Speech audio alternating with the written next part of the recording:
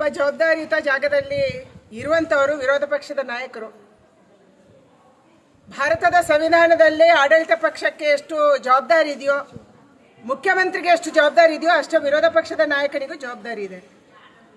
ರಾಜ್ಯದ ಮುಖ್ಯಮಂತ್ರಿಯಾಗಿ ಕೆಲಸ ಮಾಡಿದವರು, ಅದಕ್ಕಿಂತ ಹೆಚ್ಚು ವಕೀಲರಾಗಿ ಕೆಲಸ ಮಾಡಿದಂಥವರು.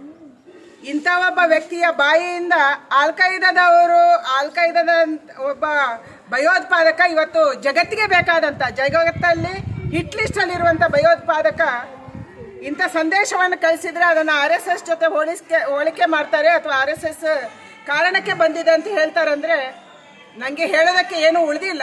ಒಂದೇ ಒಂದಂದರೆ ಕಾಂಗ್ರೆಸ್ ಅವರನ್ನು ಆದಷ್ಟು ಬೇಗ ಡಿಮ್ಯಾಂಡ್ಸ್ ಕಳಿಸಿದರೆ ಕಾಂಗ್ರೆಸ್ ಪಾರ್ಟಿ ಉಳಿಯುತ್ತೆ, ಇಲ್ಲಾಂದರೆ ಕಾಂಗ್ರೆಸ್ ಪಾರ್ಟಿ ನಾಶ ಆಗುತ್ತೆ, ಅಷ್ಟೇ ನಾನು ಹೇಳಬಲ್ಲೆ. ಸಿದ್ದರಾಮಯ್ಯ ಅಂತವರನ್ನು ಪಾರ್ಟಿಯಲ್ಲಿ ಇಟ್ಕೊಂಡು ಈ ರೀತಿಯ ಹೇಳಿಕೆಯನ್ನು ಕೊಡಿಸಿ ಈಗಾಗಲೇ ಕಾಂಗ್ರೆಸ್ ನಾಶ ಆಗಿದೆ ದೇಶದಲ್ಲಿ.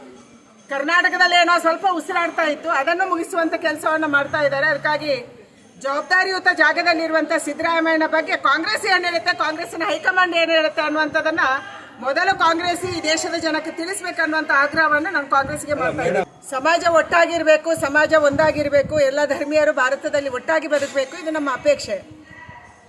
ಆದರೆ ಧರ್ಮವನ್ನೇ ಮುಂದಿಟ್ಕೊಂಡು ಕಾನೂನನ್ನು ಕೂಡ ಉಲ್ಲಂಘನೆ ಮಾಡ್ತೀವಿ. ಹೈಕೋರ್ಟ್ ಮತ್ತು ಸುಪ್ರೀಂ ಕೋರ್ಟಿನ ನಿರ್ಧಾರವನ್ನು ಕೂಡ ನಾವು ಉಲ್ಲಂಘನೆ ಮಾಡ್ತೀವಿ, ಅದನ್ನು ಮೀರಿ ನಡೀತೀವಿ ಅಂತಂದರೆ ಅಂಥವರಿಗೆ ಸರಿಯಾದ ಶಿಕ್ಷೆ ಕೂಡ ಆಗಬೇಕಾಗಿದೆ.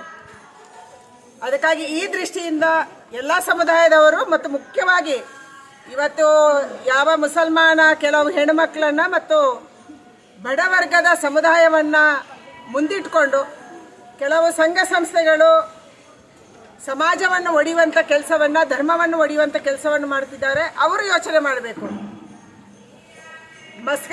ಮಂಡ್ಯದ ಮಸ್ಕಾನಿಗೆ ಆಲ್ಖೈದಾದವರು ಸಪೋರ್ಟ್ ಮಾಡ್ತಾರಂದರೆ ಇದರ ಹಿನ್ನೆಲೆ ಏನು, ಯಾರು ಇದರ ಹಿಂದೆ ಇದ್ದಾರೆ, ಯಾವ ಸಂಘಟನೆ ಇದರ ಹಿಂದೆ ಇದೆ, ಯಾವ ಸಂಘಟನೆಯವರು ಅವರಿಗೆ ಆ ಮಾಹಿತಿಯನ್ನು ಕೊಟ್ಟಿದ್ದಾರೆ, ಇದು ಕೂಡ ತನಿಖೆ ಆಗುವಂಥ ಅಗತ್ಯ ಇದೆ.